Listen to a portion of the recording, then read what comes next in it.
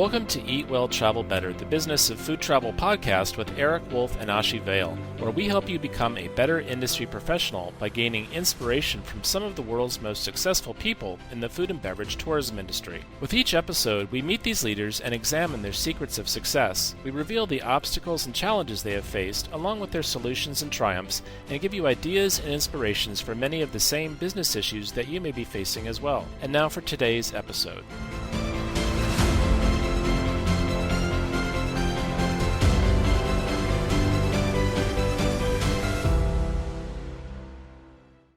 Chef Sean Kuylen is a Belizean chef trained in culinary arts and hospitality studies in San Francisco, California. After culinary school, he ventured into resorts in Belize, St. Vincent, the Grenadines, and Dominica, where he began to explore and appreciate the various Caribbean cuisines. Then, 5 years ago, he returned to his home country Belize with a newfound respect and appreciation for the local ingredients, cooking techniques, and especially the cultures of Belize. He has since become the authority of Belizean food and what he calls inspired Belizean cuisine. He simply takes the many cultures of the country and presents their food in a more contemporary way with techniques of his learned French foundation and training from culinary school. Sean, welcome. Thank you. Thank you very much. Well, joining me today is Ashi Vale. Hi, everyone. It's a pleasure to be here. Sean, you and I met when I was at the National Tourism Conference in Belize a couple months ago, and you were the chef who provided the catering for the event. And I was amazed at the types of foods that were presented and the quality of the food that was presented by you. And I think Belize is just one of those countries that you don't really think of having a cuisine that we know. And here you were taking some of the country's best dishes and ingredients and cooking them up for us. Yes, actually. It's funny you said that Belize has a cuisine that we don't know, because really it is young and we have a lot of cultures in the country, but we haven't been celebrating food like for tourism or for showcasing, you know. And yes, I trained in culinary arts formally. So what I've been doing is taking the technique of world cooking or, French cuisine, and I've been playing with my local cuisine and cultures of the country. Sean, if I remember reading correctly, you used to be the founder and drummer of a boy band back in the day. Yes. What inspired you to become a chef and get into the culinary arts? That's a great question. So the band was called Griga Boys, and it's a band out of Hopkins Village, Dangriga town, which is predominantly Garifuna.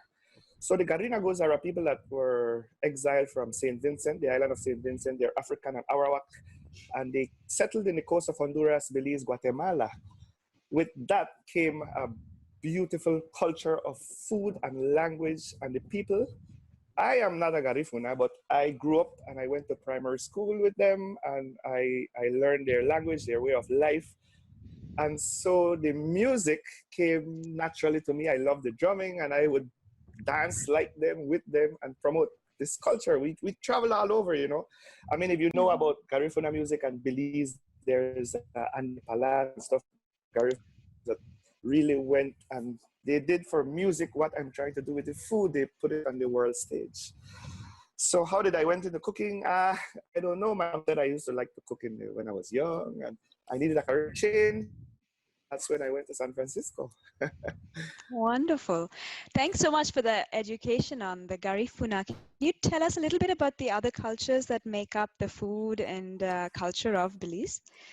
Yes. So Belize, I like to say that Belize it has dual citizenship because of its geographic location. We are in Central America. However, we're the only English-speaking country in Central America because we're a colony of Great Britain. So we are a British colony. We speak English, but we're also considered Caribbean.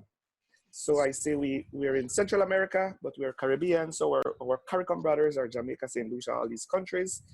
And we're located in this part of the world. So for food and culture, we're influenced by El Salvador, Guatemala. Mexico is our neighbor to the north, Guatemala to the west, Honduras to the south. In the east is all the Caribbean countries.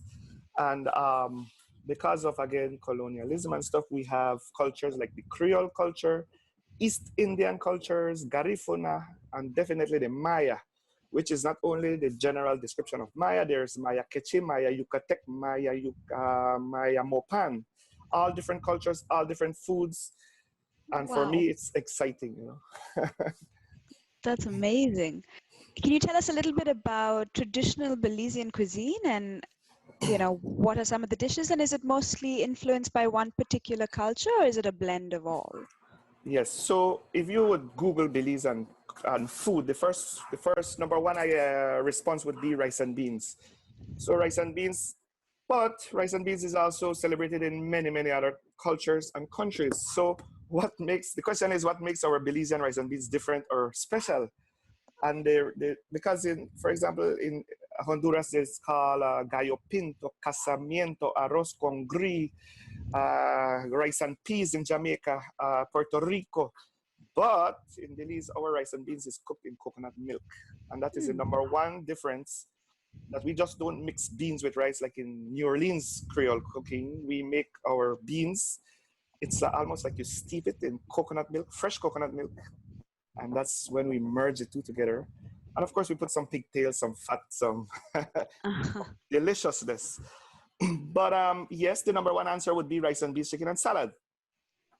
But since I've been home, I have found out that if you ask me that question has to be now defined by which culture you want to hear about, because it's so vast.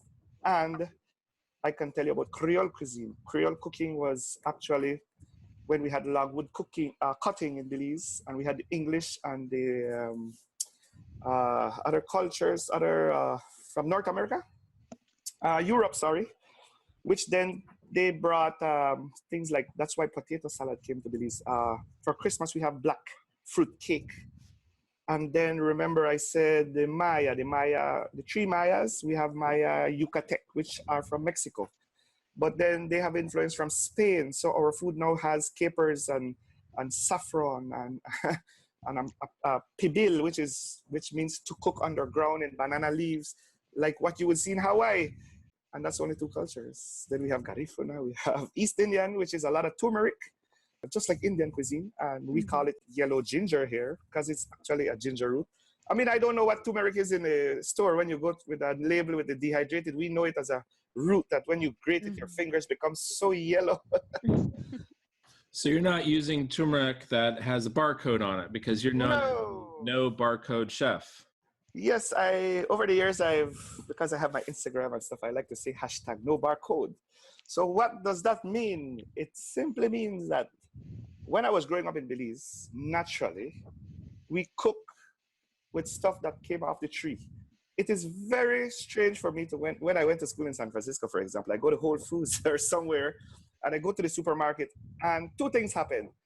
I find a coconut, a plantain, banana, and it has these annoying stickers on it, like the apples. I've never seen that before because these things, if I wanted it in my country, I would simply go in the yard and cut it down. If I want banana leaves, it's not frozen with a label or a barcode from the freezer. I get it fresh off the tree. Secondly, I realized that, well, because you're a first world country, you could be eating avocados and mangoes even if snow is outside on the ground during Christmas, which technically and logically for me, if a fruit is not in season, I can't use it because it's not on the tree.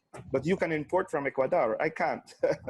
So for me, a no barcode is just a way of life.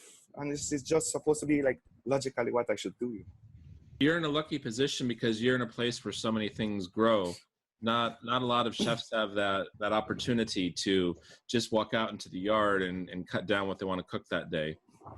Yes. Well, actually, you can look at it from both point of view, because now we have tourism, which is growing in the country. So with tourism came a lot of importation of resorts, mega resorts, even chain resorts, and a lot of chefs and hospitality positions open. In the country, we have a lot of chefs that come, and they would come from a lot of different countries. There's two ways to look at what you just said. I could come to this country and get very upset because I can't find saffron. I can't write a menu from where I was sitting in another country and come to this country and expect to execute that menu because I won't find the ingredients. And then you could get pissed off and leave the country and get upset and say Belize is backwards and you can't find what you want. Or you could come to this country with an open mind and say, you know what, I'll use what I find and what I have and start to appreciate what I have here. But usually the second version I explained is not the approach that we are taking.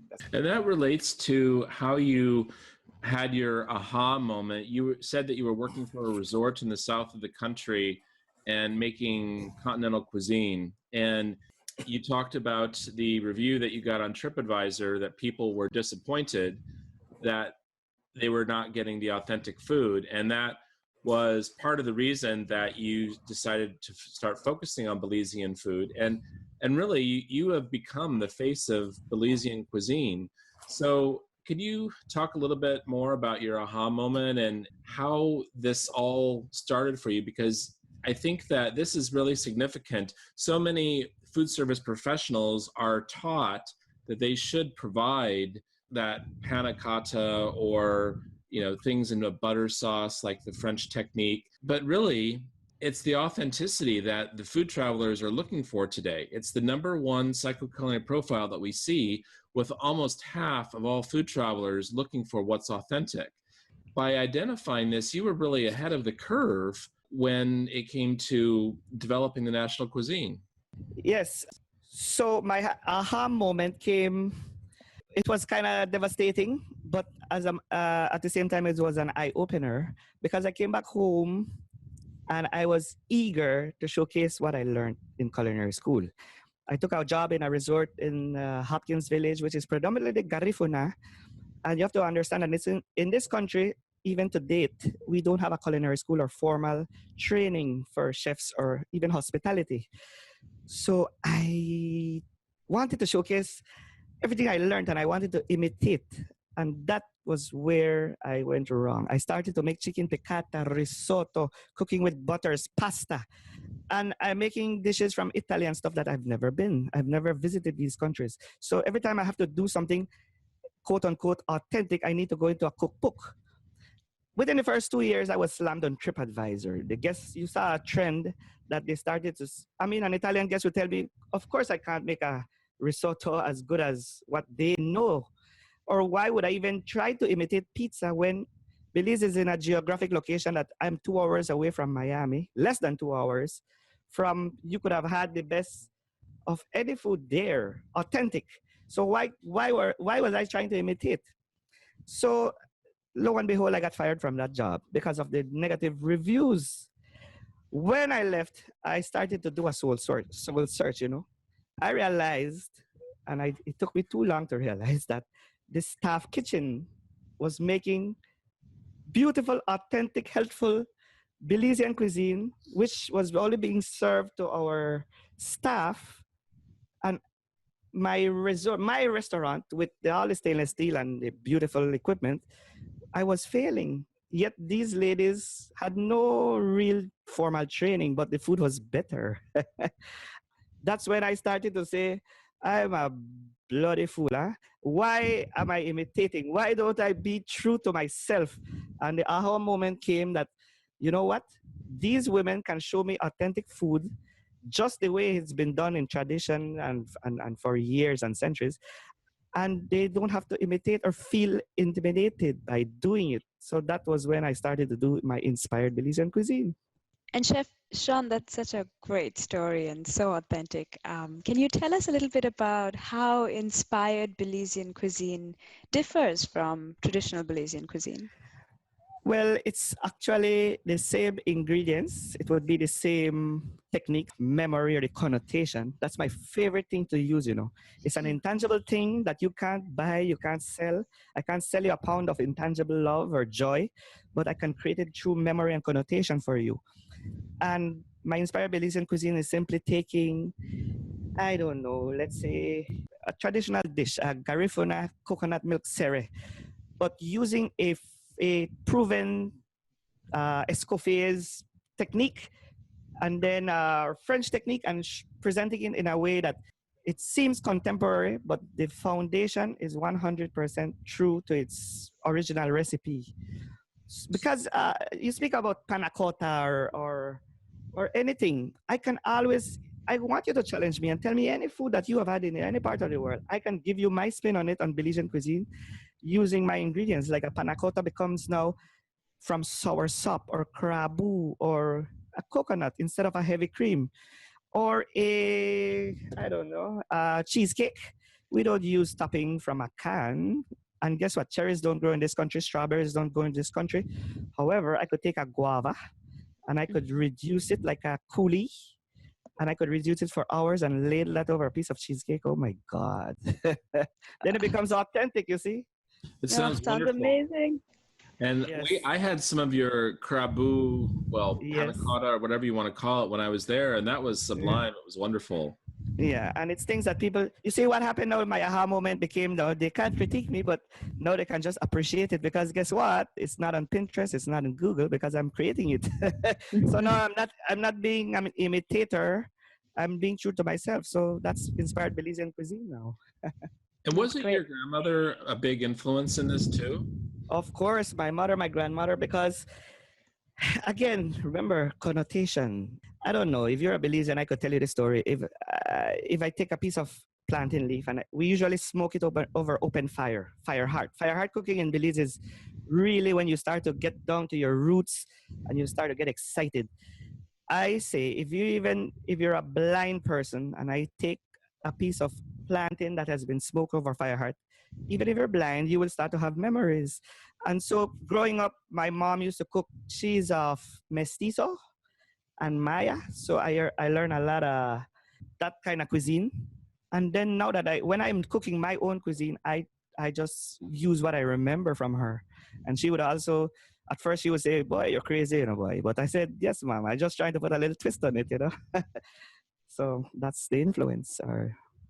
That's fantastic. So, Chef Sean, what are you doing now? Can you tell us a little bit about Chef Kuylen's catering business? It sounds really unique. Yes. So I don't work at resorts anymore because I felt like it was limiting myself. Like every day you wake up, you could eat the same continental breakfast. It doesn't matter what part of the world you're in. You have to look outside to realize, oh, I'm in Belize, because we're trying to make the same things. So I ventured off on my own and I actually built a mobile kitchen. And I said built it because they're not like in a country that I could just buy it. It doesn't exist. So I took a 25-foot cargo trailer and we outfitted it with stoves and kitchen, all the equipment. And now when you want me, I come to you and we execute on location. And it's been beautiful. And I have been featured in a lot of the cookbooks in Belize, television shows, Travel Channel, NBC. We've been trying to showcase what is now something new, but it's all about Belizean cuisine and its ingredients. Sean, what are your TripAdvisor ratings right now? Well, I guess, do you have any? Because you're doing catering, you're not working at a resort property. Well, I don't really have a TripAdvisor at the moment. I do have a Facebook. I call it my living website. I have a website too that's going up, but the Facebook is really where it's like live. I go on the road and I take out my phone and someone husking coconut or lobsters in season, conch is in season, and it's just a living, breathing showcase of what I do in everyday life. And I mean, it's been great. So there's no technical TripAdvisor ratings, but yes, we're going around the country and beyond to showcase Belizean cuisine. I'm on your Facebook page right now. What is that dish in the chafing dish that's your main photo? That is a garifuna sere. Sere is a coconut milk and seafood broth. Actually, that was in Miami that we do an annual See and Taste Belize culinary exhibition in Miami, because there's a lot of Belizean living in the diaspora. And again, remember connotation that they haven't been in Belize for many years. And then instead of them coming home, we go to them and we give them a little bit of memory. So the dish is coconut milk called sere la sus. Interesting enough is that because this is a garifuna, which is then African descent, there are like 4 versions of a sere, which is basil, coconut milk, thyme, garlic, and fish. If you put plantains mashed in a mortar and pestle, quite similar to like what they call mofongo in Puerto Rico. That dish is called hudut. However, we take green banana, which is unripened banana. I boil it, I slice it, I put it in there. You call it tapo. And if I take the green banana, I grate it like a dumpling, and I put it in there. It's called bundiga. So it's many versions, and I can market it many ways, but it's all simply delicious. You're doing wonderful things to preserve the culinary heritage of Belize. Can you talk a little bit about any concerns you might have for the food and beverage industry there, and what you see as the future for food tourism in Belize? Well, that's a great question, because the concern is that the number one problem is that, do we appreciate that our cuisine is worthy of being celebrated? As a people, we've never had this. It's a good problem to have. Tourism is a good problem, but it's also, we want to imitate, like I said, and we bring a lot of international chefs, but we don't give our own chefs a break, because we don't think that rice and beans or Garifuna food or Maya cuisine is worthy of a tablecloth setting in an air condition with wine glasses, right? We think that it's street food and it's not worthy. However, the concern is that, or my problem is that I want to show that the cuisine is worthy. And also I'm trying to preserve techniques like, again, in Garifuna cooking, there's a thing called cassava bread. And I guarantee you, if you come to Belize today, it will be very difficult for you to find someone making cassava bread. I won't lie you, it's hard, because the tradition, it's mostly the elderly and they're dying out. And with them dies the technique and the tradition. Similarly, the mestizo cuisine, their blood puddings and blood sausages and called morcilla and longanisa. And even our number one spice is called achiote and natto. Mm-hmm. And yes, everybody's pantry, we have it in there, but we don't know how it's made. So that's my concern, how to preserve and keep it going for the future.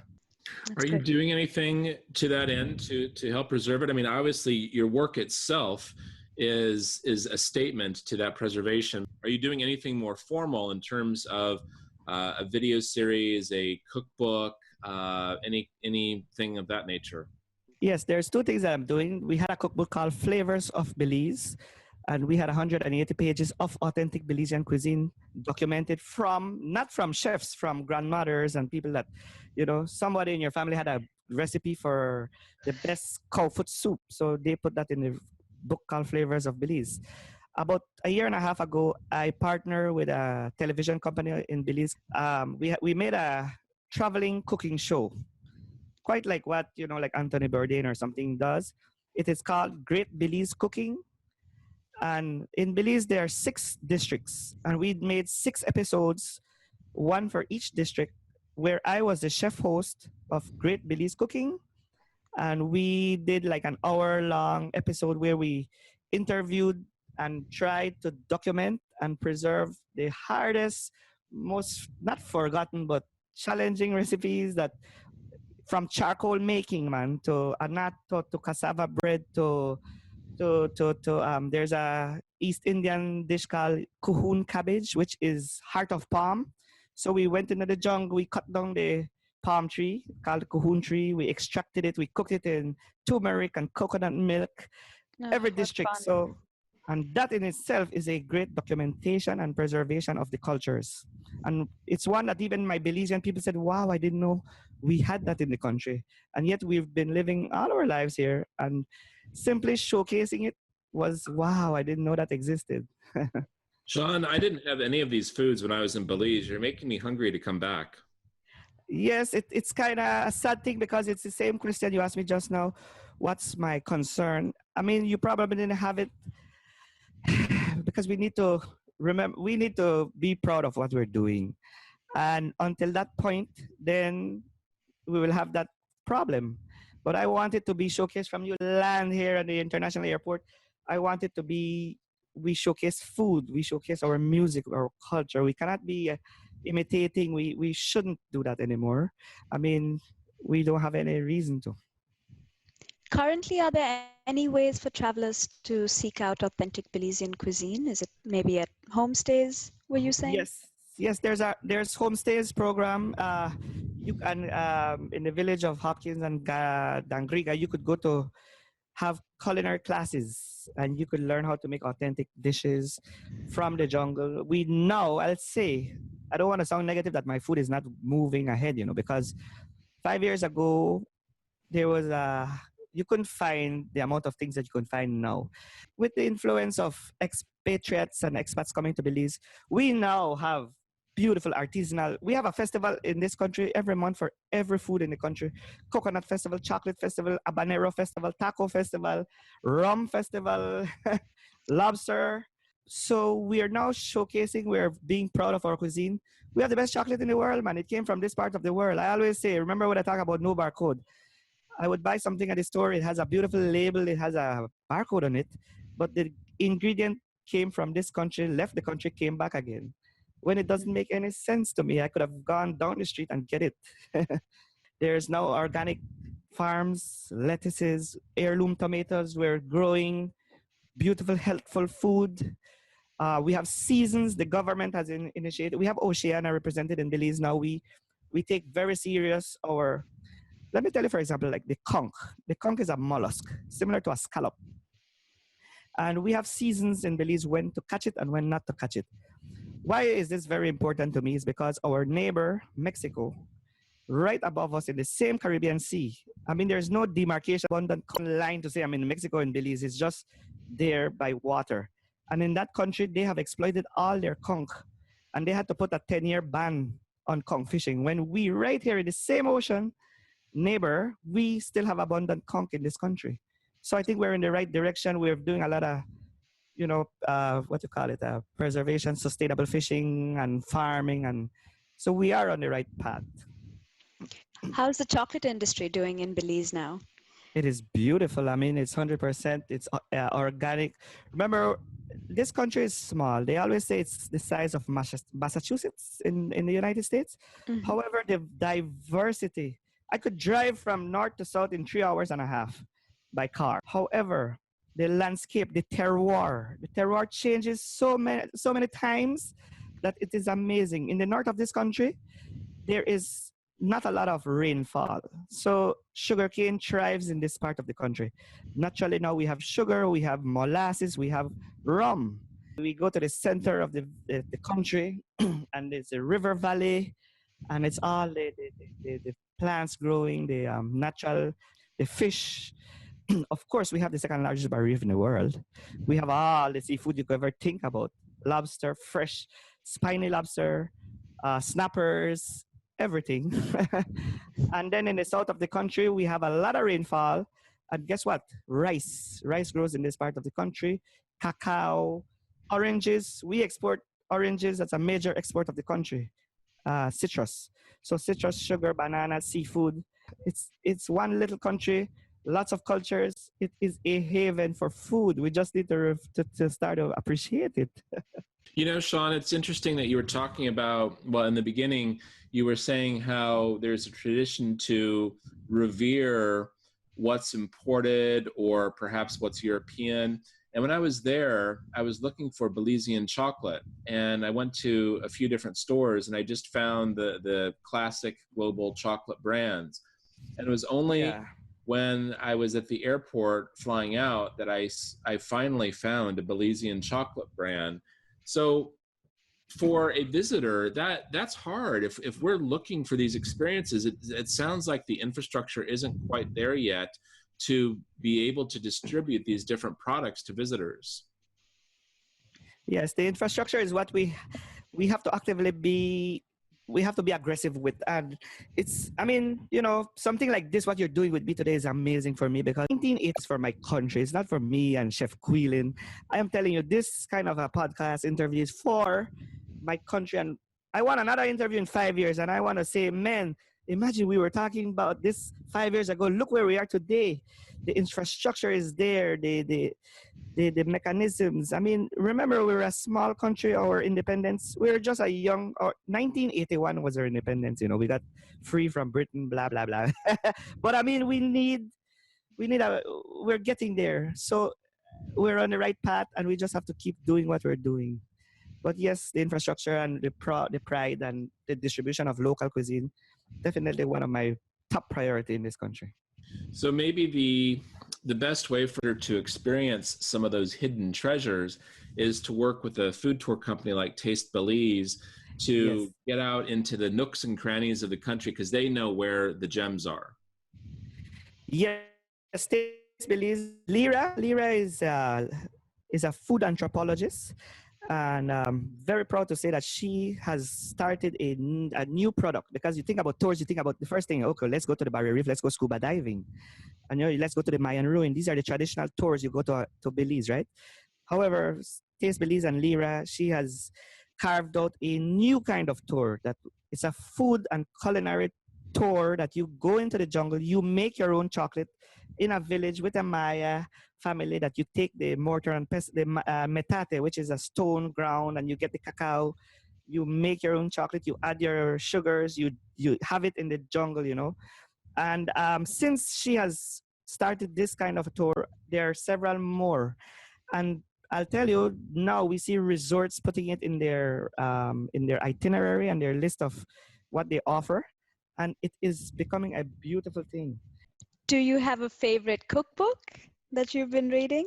I have a book that I've been reading from Richard Wilk, and I like it because it talks about cultural appropriation, and it means that just like what I'm doing, I take the cultures. I told my chefs in San Francisco, I told them I'm a thief. I tell them, chef, I came here to steal from you because I'm stealing your ideas, but then I'm going to implement it in my own country and I'm going to twist it. I like the term of cultural appropriation because I take their techniques and then I just use it with my own ingredients here. I also been following some, Chef's Table, Netflix. Uh-huh. So it's not necessarily a cookbook, but you know what? I've been looking at these episodes, and from the fact that they were chosen to be on this episode, they're doing something right.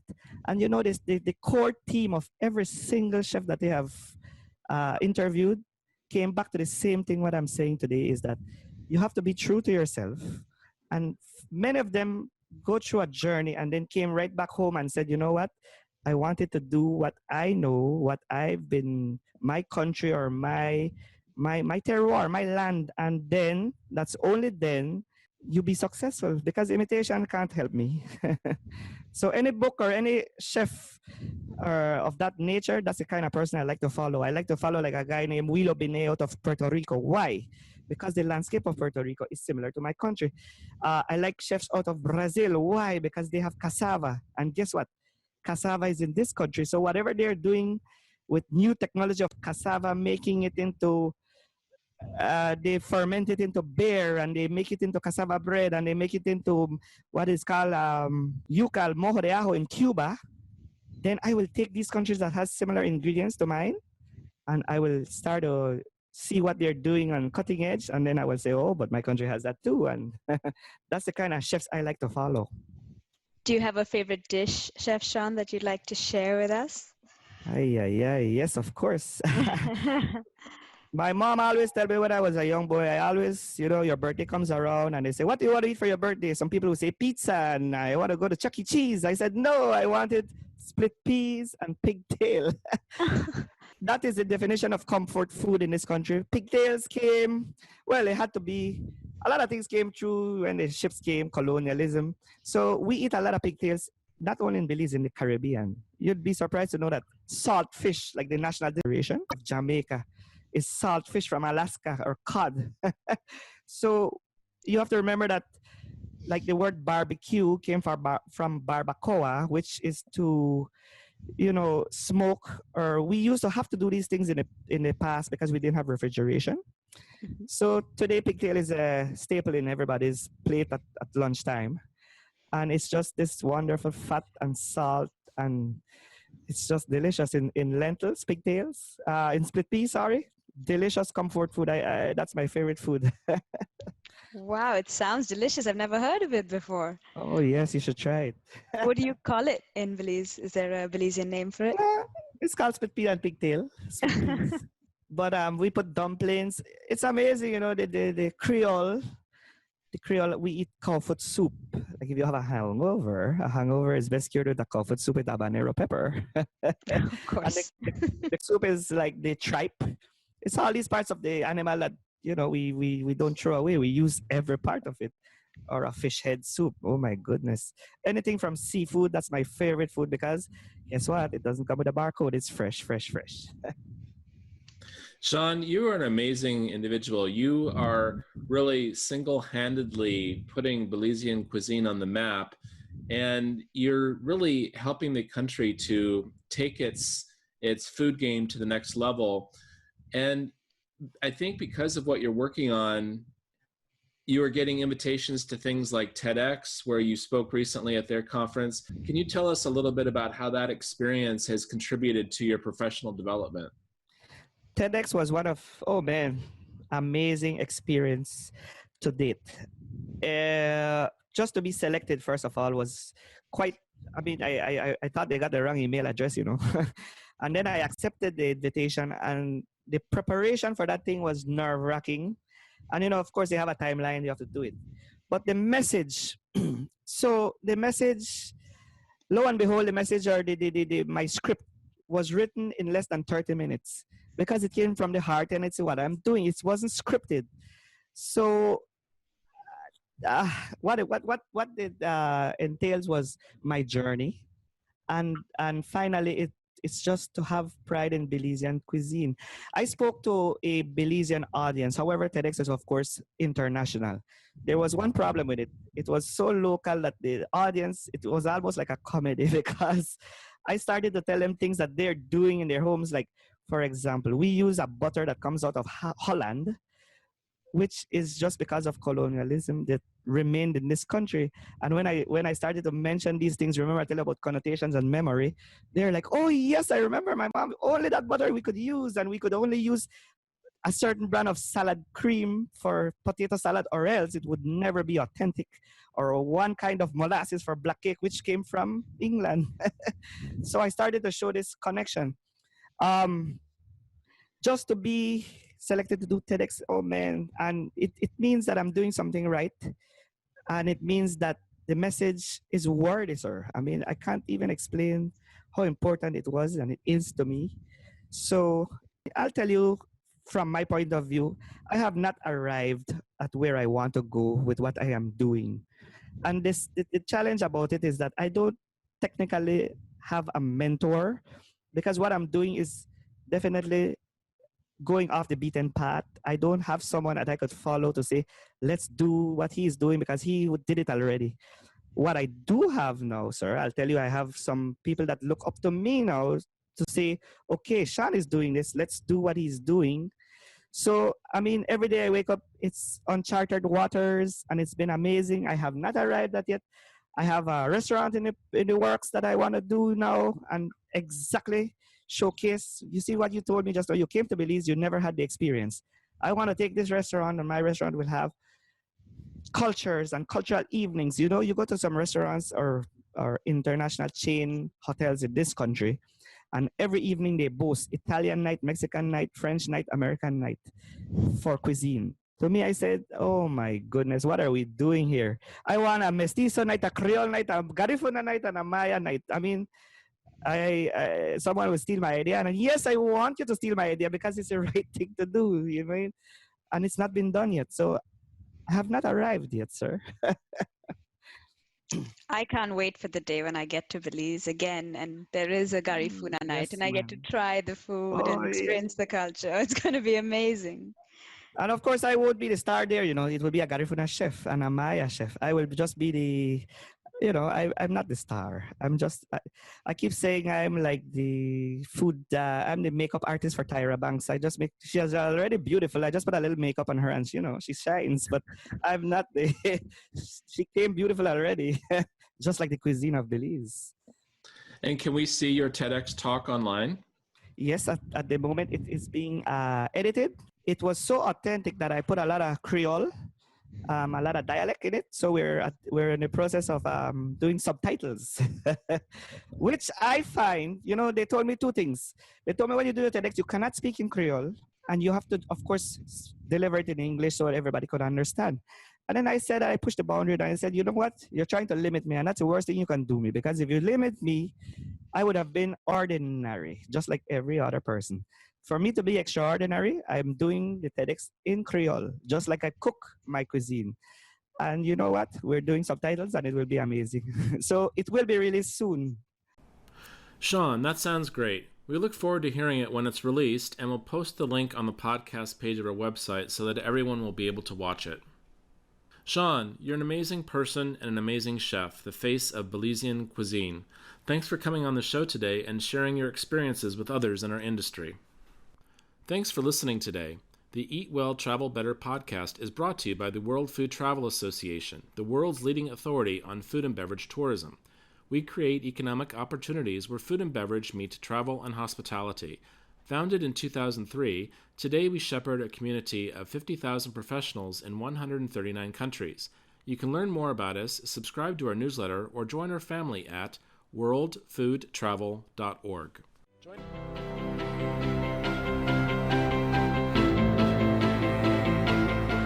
That's all for this episode of Eat Well, Travel Better, the business of food travel, produced by the World Food Travel Association. Join us next time where we learn from some of the world's most successful people in the food and beverage tourism industry. We'll meet these leaders and examine their secrets of success. We reveal the obstacles and challenges they have faced, along with their solutions and triumphs, and give you ideas and inspirations for many of the same business issues that you may be facing as well. Thank you for joining us today, and until next time, eat well and travel better.